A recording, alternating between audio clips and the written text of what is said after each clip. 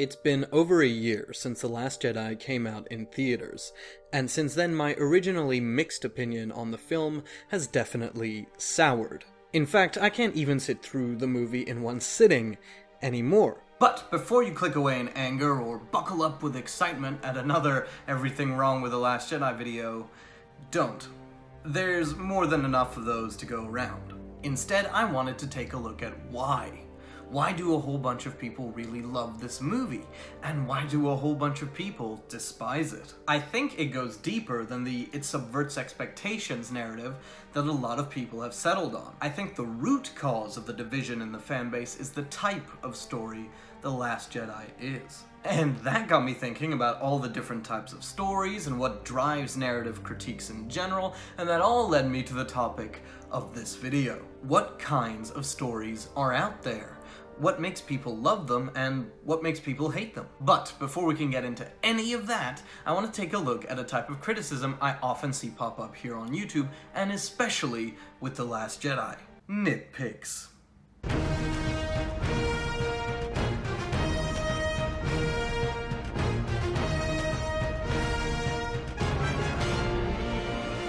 I wanted to start here because a lot of stories, be they on film or on paper, are criticized based on nitpicks, even if calling that criticism a nitpick seems reductive.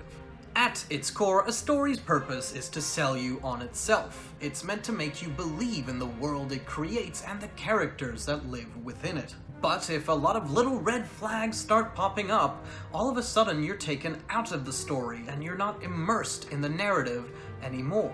Instead, you find yourself scrutinizing every moment that seems poorly written or out of place. You ask yourself why Admiral Holdo didn't just tell Poe her plan instead of pretending she had none at all, or why Finn and Rose didn't just park their shuttle in a normal place instead of on the beach. Oh, those two, I said, this is a public beach, you can't park that shuttle here. If moments like that take you out of the story, then all of a sudden, those little details become that much more important to you. But if they didn't break your immersion, if you're enjoying the story and having a good time with it, then you're not going to care at all about parking laws on Canto Bight. Yeah, those are the shuttle parkers. Oh. Alright. So yes, many of the complaints about The Last Jedi are nitpicks, but to the people who are taken out of the story, they don't feel like little nits.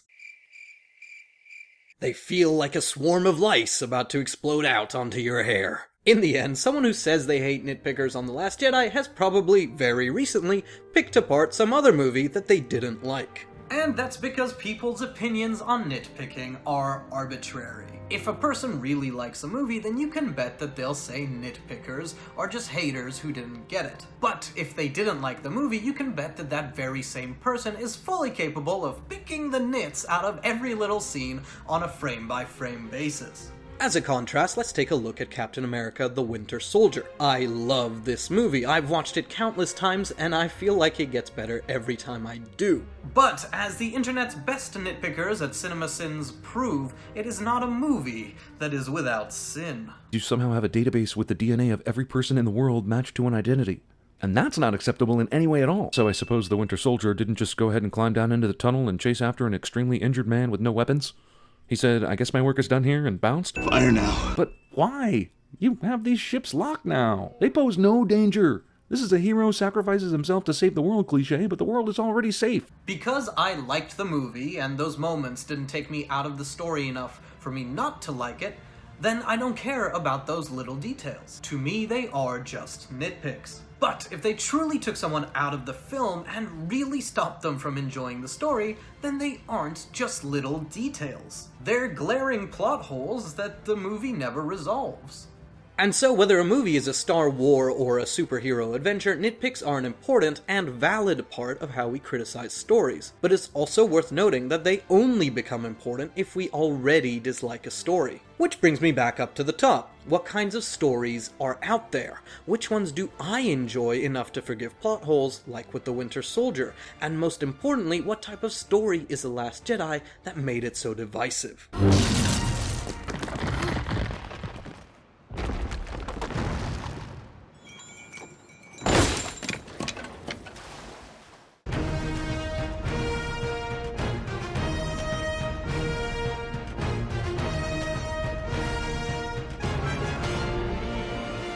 Now, I'm not a professor or a scholar here, I'm just an idiot who sometimes writes things and makes YouTube videos. This is just the way that I see stories. You might see them differently, and I'm sure some much more qualified people definitely see them differently. But for me, there are just three basic pillars when it comes to storytelling: plot, character, and theme. Plot involves the actual events of the story. Something happens, and as a reaction something else happens, and as a reaction something else happens, and on until the climactic end of the narrative. This is all about making sure that what happens in a story flows in a way that's both entertaining and makes sense. If Frodo left the Shire and threw the ring into Mount Doom in the very next scene, well, that would be a pretty badly written plot.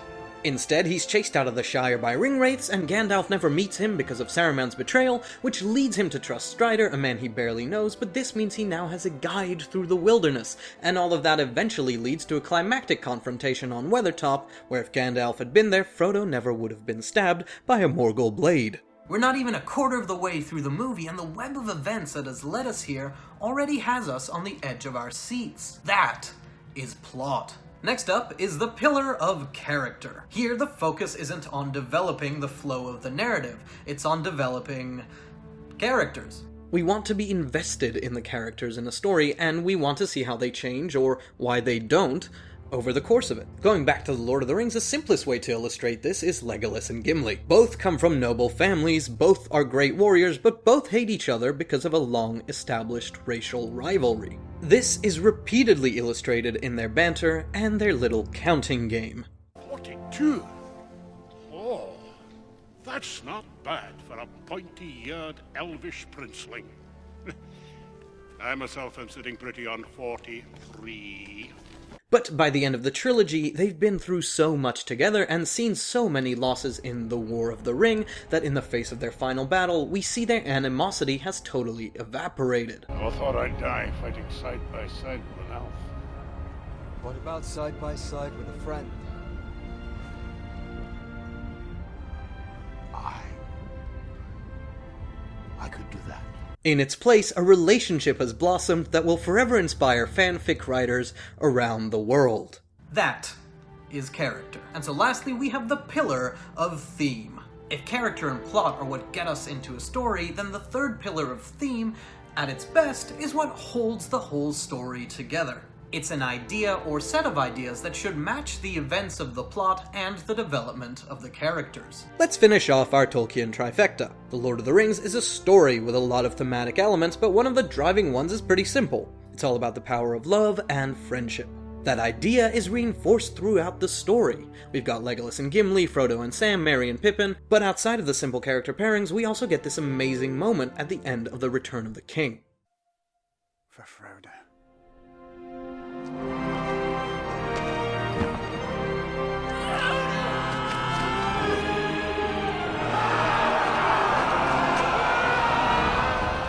This line isn't there by mistake. It's meant to show that despite how high the stakes are, even though the fate of the entire world is at stake, our characters are taking part in a suicide mission not because they want to save Middle-earth. They're doing it because they love their friend. Because that's what matters. Love. And it's why we also get this super cheesy slow-mo reunion scene with Frodo. Even though it's super easy to make fun of,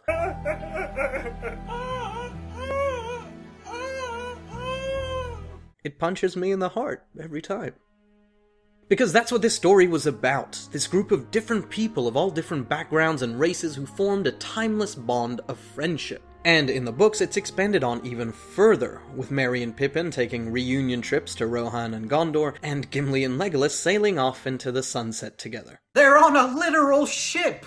And that is theme. So, those are the three pillars upon which we build our stories. You need to have at least a little of all three, or your metaphorical roof is going to collapse in on itself. But not all houses are built the same way. Different people like different kinds of stories, and that means that different stories and different authors will favor one pillar over another. So let's go through those different types of stories. Some stories will focus on the character pillar. Now, that doesn't mean that they totally ignore plot or theme, but it does mean that their primary concern is on showcasing something about character, whether that's through development and change, through their relationships, or just a deep look into who a person was. Oscar-nominated movies usually fall into this category, with the likes of films like Moonlight, or Room, or La La Land, or Lincoln, or Darkest Hour. You get it. An example from the nominees this year is Green Book. Now, the plot pillar of this story is pretty simple. Viggo Mortensen's Nick has to drive Mahershala Ali's dog Shirley from point A to point B. Over the course of the movie, we watch Nick woke up as he goes from outright racist to a more passive prejudice to eventually having a deeper understanding of how flawed his way of thinking was. And that understanding inspires him to change, with the final scene of the film showing us how he considers Don a member of his own family and shuts down a family member who uses a racial slur. Now, from the pillar of theme point of view, white man gets over racism by making a friend is a pretty tropey and simplistic idea. But the movie's focus isn't on theme. It's on the characters of Don and Nick and how they develop a really positive friendship. You spend the movie watching that friendship develop and improve them both as people, making it a pretty great example for a character-centric story. But whether or not that type of story is your cup of tea is totally up to you. Maybe you're more of a fan of movies that focus on plot. Here again, these are movies that can develop characters and do have thematic elements, but what drives their stories is the actual narrative. The plot of it all, the treasure hidden in a dark cave, the mystery just waiting to be unraveled, or the villain with a dastardly plan. This is the realm of most adventure, mystery, and superhero movies. From Mission Impossible to Indiana Jones, these are stories where the hero has a mission and has to try to see it through to the end. More importantly, this is the kind of category that Star Wars usually falls into, and the kind of story The Force Awakens director J.J. Abrams likes to tell. From start to finish, the quest of The Force Awakens is to find Luke Skywalker. Our characters get caught up in this journey at the start, and it ends right as they accomplish that objective. The adventure to find Luke was the whole point of the movie. Everything else that happens, from the Jakku escape to the explosion of Starkiller Base, is just an extension of that one core idea. Rey and Finn have to leave Jakku because they have the map to Luke, and the First Order captures Rey because she has the map in her head, which is why Finn then has to go and rescue her. Again, that's not to say that there isn't a focus on character. Rey and Finn are some of the deeper characters ever introduced into the Star Wars mythos, but their relationship and their development isn't the focus of the story. Rey. Help me with this! Quick! The mysteries about Rey's origin, what happened to Luke, and how Maz got his lightsaber also reinforce that JJ's focus with The Force Awakens was clear. Plot comes first. What matters most is the adventure. And that's what we've come to expect from most of our Star Wars movies in general. Adventure. But maybe that's not the kind of story you like either. Maybe you prefer stories that take a deep dive into concepts, ideas, and philosophies. Stories with a core built around their themes. And the Big Mac Daddy that comes right to mind for me is Stanley Kubrick's 2001 A Space Odyssey. Here, the overarching theme is all about humanity's evolution, from cavemen all the way to fifth-dimensional beings. And that evolution sort of comes through creepy music playing alien monoliths. The movie follows mankind as they discover tools and then fly up and begin to conquer space and then eventually become time and dimension hopping beings. As shown through the metaphor, or maybe not metaphor, of a giant space baby floating above Earth. The plot is not the focus here. After all, we jump from one time to another in a way where very few narrative elements carry through from one story to the other. And characters aren't the focus either. We jump from one set to another, and none of them are particularly compelling. Except, of course, for Hal, who serves as a thematic counterpart to the increasingly cold and calculating humans. No, 2001's focus is on its idea. Its theme is the only thing that carries through in every scene of the film. It's a look at how we humans have evolved and how we could keep evolving in the future. Born again as a spacefaring, terrifying giant space baby. And that's the thematic stories in the bag. 3 types of storytelling, each very different from the other, and each with people who will claim that their way is the best way. So I may as well throw my hat into the ring because it'll tie us back to the movie that this whole deep plunge into storytelling has been about in the first place.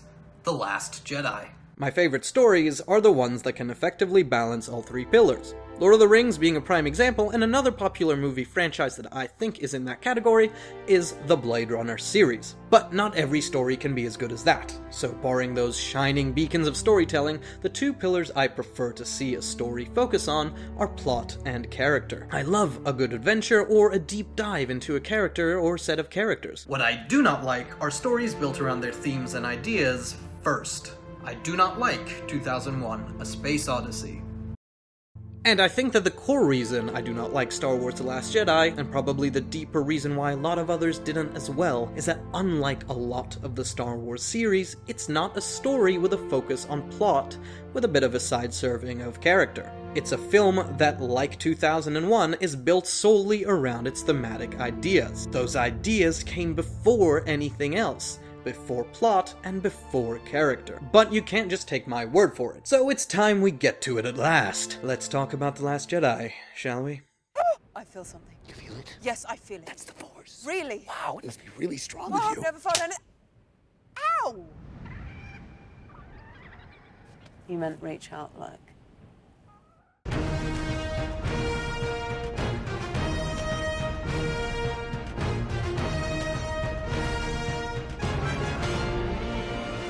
Before we can take a look at how The Last Jedi largely focuses on the main pillar of theme, we'll have to take a gander at how it shifts the other two pillars of plot and character to the side, either by only making cursory attempts at addressing them in some cases, or just outright ignoring them in others. So let's take a look at plot. The first big warning sign that this movie wasn't at all interested in spinning the wheel of a yarny plot is that it cut off a lot of the threads introduced in its predecessor, The Force Awakens. And I'm not talking about things like answering mysteries with simple answers, like the whole Rey's parents were nobody's thing. They were nobody. They were filthy junk traders who sold you off for drinking money. At least that is an answer. It addressed what came before. I'm talking about the narrative tracks The Force Awakens had laid that The Last Jedi totally ignored without giving any in-universe explanation. Like, where are the Knights of Ren? If Kylo is their master, and this is largely his story, shouldn't he be using them throughout the movie? And if Luke says he didn't want to be found, then why did the whole plot of the last movie revolve around him having left behind a map so people could do just that? And why was Maz Kanata set up as some kind of wise old character with knowledge of both the Force and how Luke's saber ended up in her basement, only for her role to be relegated to a weird holotape-style exposition dump you'd expect from a bad video game? I'm going down there. Arcturus knows what he's doing. Oh, and of course C-3PO doesn't have a red arm anymore. You probably don't recognize me because of the red arm. This lack of narrative continuity starts us on the path to seeing that plot isn't really what drove Rian Johnson into crafting this movie. If a plot point from The Force Awakens didn't match the themes and ideas he was trying to convey, then he was happy to drop them without even an explanation. That focus on delivering his core ideas is also why the middle of the movie reaches a meandering pace that it never really recovers from. Whether it's the comically slow space chase between the rebels and the First Order, or the ultimately fruitless side quest to Canto Bight, or the fact Holdo point-blank refuses to communicate openly with anyone on board her ship, those beats wouldn't exist in a story focused on telling a plot-driven adventure. What they are used for, however, is conveying ideas, with Canto Bight and Admiral Holdo laying the groundwork for the idea of saving what you love instead of killing what you hate. But we'll dive more into those thematic ideas later. The point is, the pacing and structure of the plot played second fiddle to ensuring that the themes and ideas of the movie came across to the audience. If we had to cut off some threads from the last movie or hit pause on the adventure so that the message could be delivered, then so be it. Which brings us to the pillar of character, and I do think that The Last Jedi does a better job in balancing this one with its themes than it does with the pillar of plot. But ultimately, I felt like a lot of the characters got started on interesting and compelling arcs, only for those to fall away by the time we got to the pointy end of the story.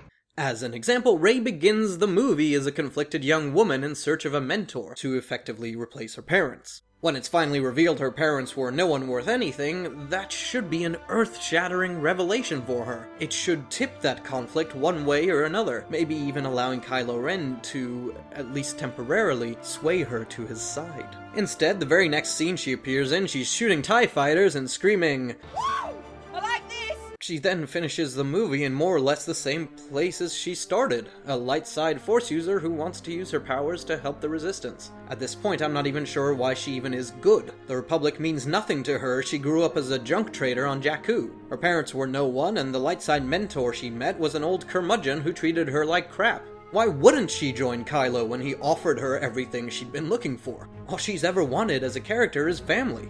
But instead, she heads back to the Resistance and is a good guy, seemingly totally unchanged by the events of the story. She starts and ends the movie in the same way. The only difference being that she now has some old Jedi books to guide her. I'll be briefer with Finn, but here again the movie spends a lot of the first half of its runtime trying to develop him from a guy who's only in it for himself and his friends to a believer in the Resistance. And that's well on its way, only for Rose to rudely interrupt the character arc as it's about to have what would have been an amazing climax. She does this so that she can deliver one of the thematic ideas that's driving the engine of this story. That's how we're gonna win.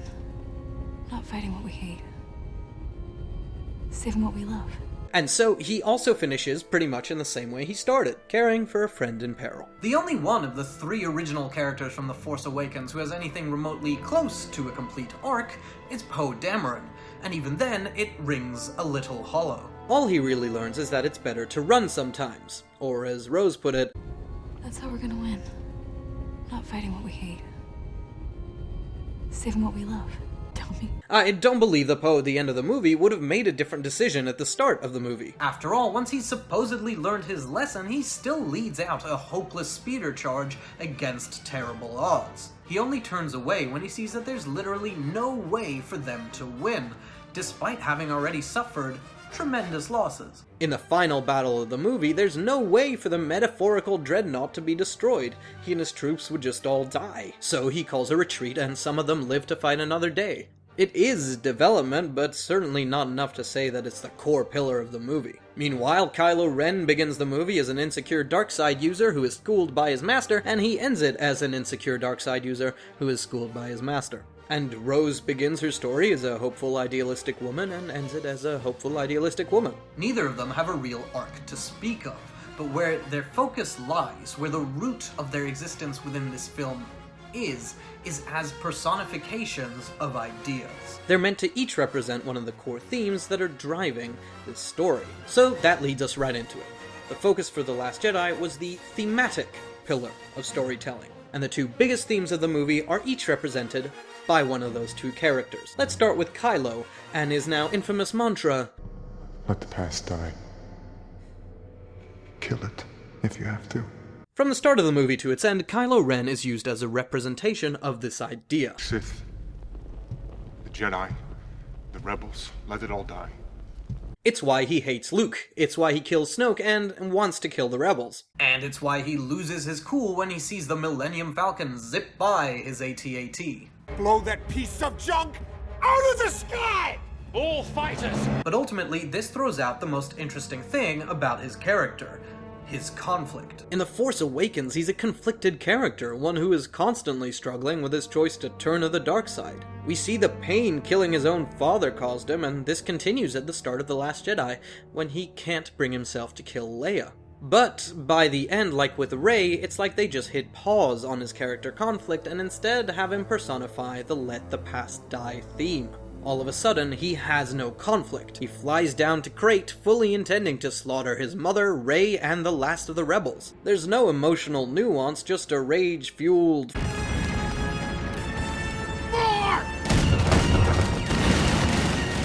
By its end, The Last Jedi isn't really concerned with Kylo Ren as a character. It's more concerned with how he can be used to deliver one of its themes. Ultimately pointing out that killing the past can sound great and all, but if you really follow that idea to its end, you'll end up becoming a murderous crazy person. So where Kylo's the embodiment of the movie's dark side theme, Rose is the embodiment of its opposite. Don't kill it, if you have to. Instead, save what you love.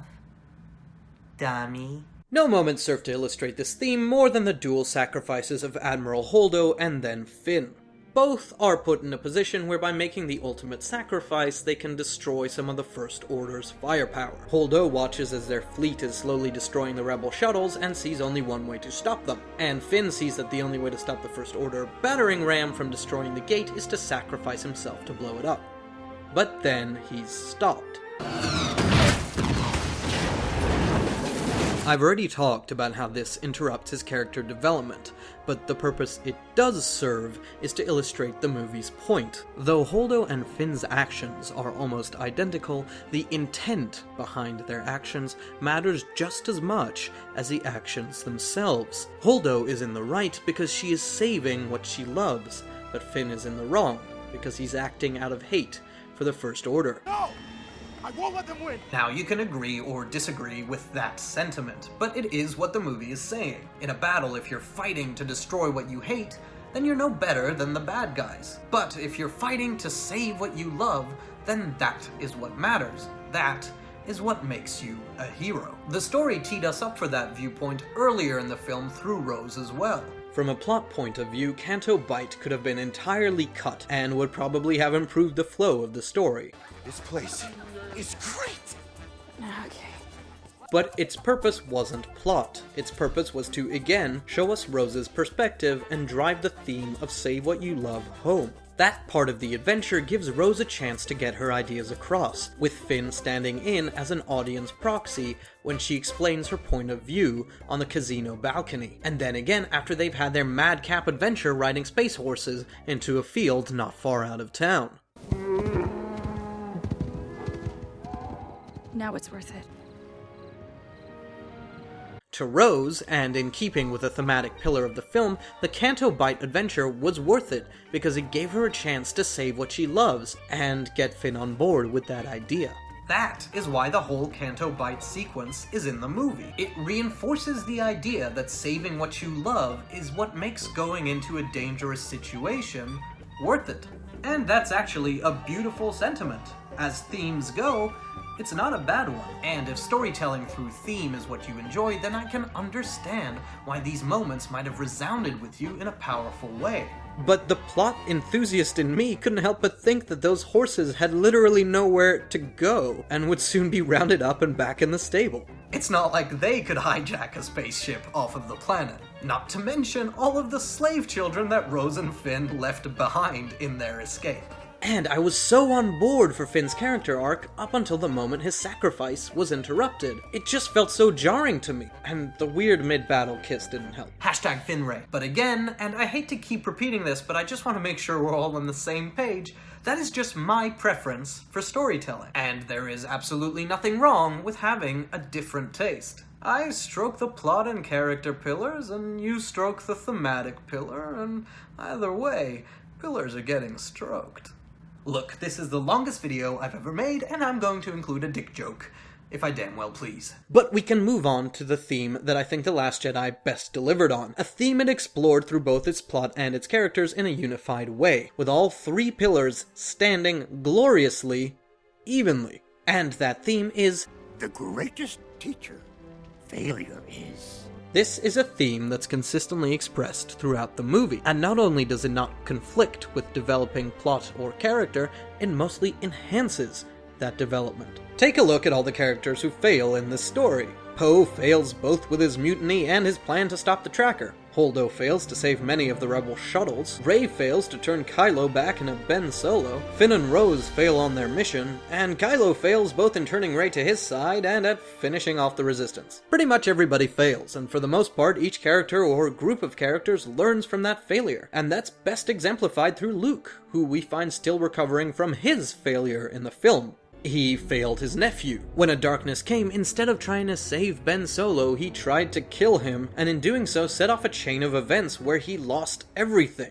And the last thing I saw were the eyes of a frightened boy whose master had failed him. So he ran away and cut himself off from the world and the Force. But it takes Rey, with a little help from Puppet Yoda, to teach him his lesson. Failure isn't something you run from. You learn from your mistakes and you get right back into the game. And at the end of the movie, that's exactly what Luke does. He steps out. With a laser sword and face down the whole First Order. He becomes the hero once again, giving the Resistance the chance to fight another day. This is amazing cohesion between all three of our storytelling pillars. It develops Luke as a character, it moves the plot forward in an exciting and surprising way, and it reinforces the theme of failure being the greatest teacher. It really makes me wish that the movie had just focused in on this theme across all of its characters and its narrative, because it really worked for me. What didn't work for me was the movie's final theme, one where the balance is tilted so far towards the pillar of theme, I was fuming about it even when I had a more positive review of the movie after seeing it for the first time. We don't care about Little Broom Boy, okay? He's just some guy who's in the movie for 5 minutes before, he lets the horses free, and now all of a sudden he's super important for some reason, and he's the character we end the movie on. Little Broom Boy. He represents what, on paper, sounds like a really inspiring theme for any Star Wars movie. Anyone can be a Jedi. You don't need powerful Skywalker blood. You don't have to come from royalty. You can just be a little broom boy and the Force can be yours. It's a beautiful idea, and if thematic storytelling is what you like, then you probably felt pretty emotional in the movie's final scene. But well... If you've got a saga with these characters that you care, like Harry Potter, right? You've got Harry, Ron, and Hermione, and it's like the 6th book, and it's like they're about to start the resistance against Voldemort. But there's an epilogue, and in that epilogue, there's a little Muggle boy who's waving a broomstick around like a wand, and it's like, look at that guy. No, I kind of get it when you say it like that. Yeah. Yeah, I kind of get it. Like, what the hell's the point? Fucking little broom boy. The final scene of any story should be the ultimate culmination of everything that's come before it. Whether our characters win or lose, the final moment of a story should almost be a reflection on everything that's happened and how we got to where we are. It's a final point of punctuation on the story, on what it really was all about. So for me, this was a great final scene, and I genuinely thought the movie would end here when I saw it for the first time, leaving the story and characters we just adventured with in a depleted but hopeful state going into the next adventure. But that's not where the story ended. We cut back to the slave children on Canto Bight for a final moment with them. Now, I can't speak for authorial intent, but what this shows me is that Rian Johnson felt like the most important theme of his film was that anyone can be a Jedi. That's why he wrote this in as the final scene. It's meant to be an exclamation point on that idea. But it's an idea that's barely mentioned anywhere else throughout the movie. Luke just makes a couple of offhanded comments. To say that if the Jedi die, the light dies is vanity. Can you feel that? And if Rian Johnson wanted a character to use as an example of that theme, then we have Rey. She's a character that we're already connected to. She comes from nowhere and she's no one. And despite all of that, she is a Jedi. Instead, we leave the character we already love behind. We leave the plot that we've just been wrapped up in for over 2 hours behind. And we finish the movie with Little Broom Boy.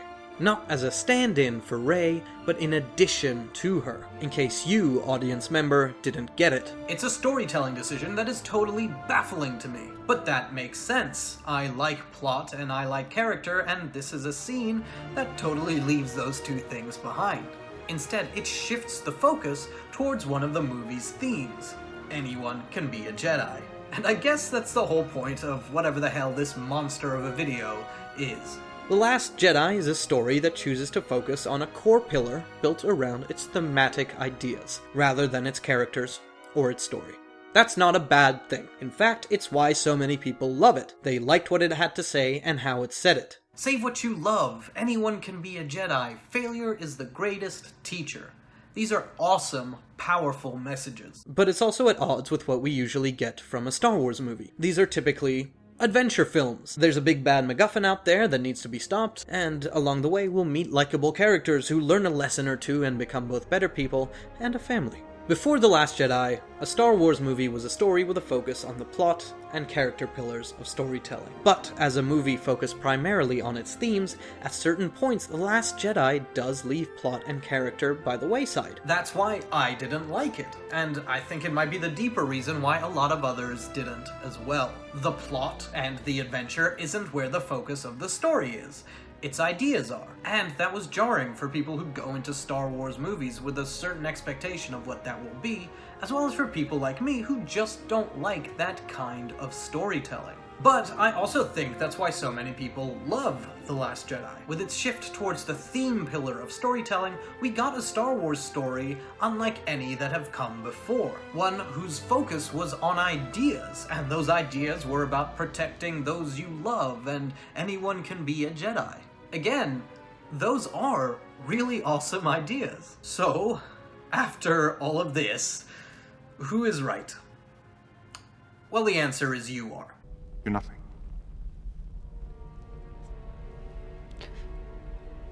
But not to me.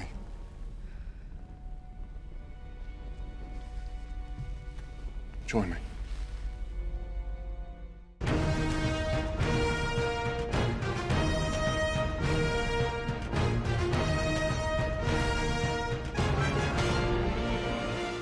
Now, you might think everything I'm about to say is incredibly flaky and pandering, and that's okay. I used to think like you. I used to think that when it came to art, some things were objectively great and others were objectively terrible. And it made me mad when people didn't agree with my objective assessment. But when it comes to interpreting art and story, there is no objective truth. Whether or not you like a story is so dependent on so many variables that there is no way for any person to be objective. Factors include, but are not limited to, were you going through a rough time that day? Did you have Friend Like Me from the Aladdin soundtrack stuck in your head? Did the 5 mimosas you had for brunch really unsettle your stomach? Do you dislike some of the actors in the movie? Did you really need to pee about halfway through? Are you a devoted fan of the director? Were there loud kids in your theater? How old are you? What have you lived through? And of the 3 storytelling pillars, which do you prefer? Yeah, I'm throwing in that whole section of this video in there too, because in the end, that's just a simple method that I use to view stories. It might not be how you view them, and there's probably some university literature student watching this video rolling their eyes at how simplistic my take is. But that's just it. In the end, the only opinion about a story that matters is yours. And you can be like me and spend way too much time dissecting the why of it all, or you can just not think twice about it. But either way, you feel how you feel. You interpret a work how you interpret a work. If you love a movie, never let anyone take that away from you. And if you don't like a movie that other people do, don't waste everyone's time trying to convince them that your way is the right way. Just let people enjoy the things they love. So if you loved The Last Jedi, then awesome. And if you didn't, I'm really sorry. I know how you feel. But whatever side you fall on, try to listen to different perspectives. Not because you want to have your mind changed for you, or because you want to nod along to an opinion you already agree with. Do it to try and understand why others might like a movie even if you don't, or why they might not like it even if you really do. We have so much to learn from listening to each other, and really taking in how our different experiences and tastes can affect the way we see the world. I really enjoy watching 50-minute long love fests about The Last Jedi, where people talk about how inspiring or touching they found it. And I also really enjoy watching 50-minute long takedowns of the movie, where people have complaints that I can't even begin to fathom. I learn a lot from every analysis, no matter what side it's on. Because at its best, that's what this wacky little platform here on YouTube and the broader internet can be. It's a place where we can all listen to each other and learn from a whole bunch of different points of view. A place where we can empathize with each other, opening our minds to different perspectives and ideas. So don't try and take down people with different opinions than yours. And certainly don't harass actors who are portraying a role in a movie. No one is coming for you and your point of view. If you love something, love it with all of your heart. And if you don't like it, then that is okay too. But we can all learn from listening. And some deep down, eternally optimistic part of me hopes that that's something that Star Wars fans around the world have learned from all of this controversy and division. You don't have to fight what you hate. Just say what you love.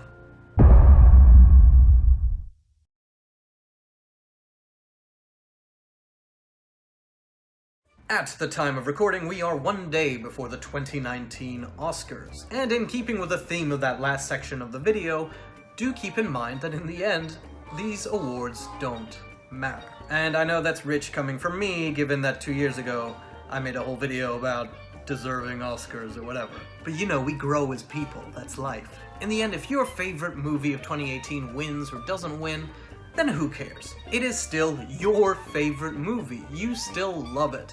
And no man in Hollywood called Oscar can take that away from you. That's why they're called the Oscars, right? Because there's like one guy. Oscar. And if you hated that terrible pun, the unsubscribe button is below.